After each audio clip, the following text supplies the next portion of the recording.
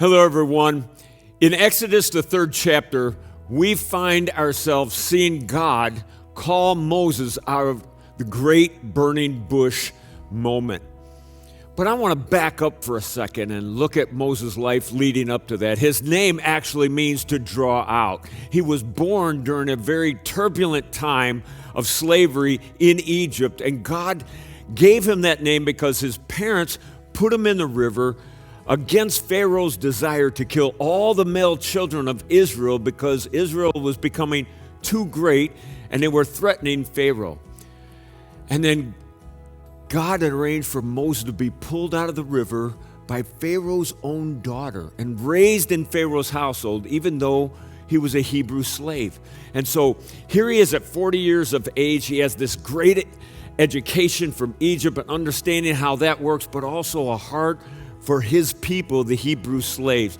He was the perfect person to lead Israel out of slavery, but he took matters into his own hands and he had to flee Egypt for his own safety. And he made himself a new life on the other side of the Sinai Peninsula. He got a wife and kids and occupation, and now he's 80 years old, and that's when God comes to him in the burning bush and says, Moses, remember my plan for your life? And Moses is like, no, I got a life. I got a wife. I got kids. I'm 80 now. But God spoke to him out of a burning bush and said, no, you're the guy that I'm going to use to deliver my people. And Moses in Exodus 3 and God have this back and forth. And he gives God in his argument points the same things that sometimes we give God after we've made mistakes in our life, which we all have, but God's plan for you hasn't changed.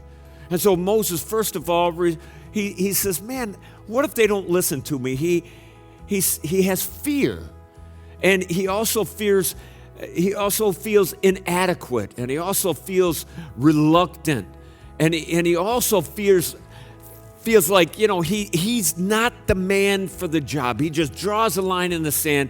And basically, the whole story there is one where we have to decide whether we're going to look at our life through our eyes and what we've done, or we're going to look at our life through God's eyes and what He sees in us.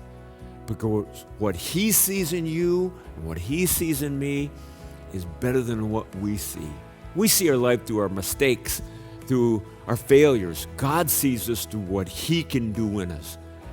Yield yourself, submit to God, look at your life through His lens, listen to His call upon your life.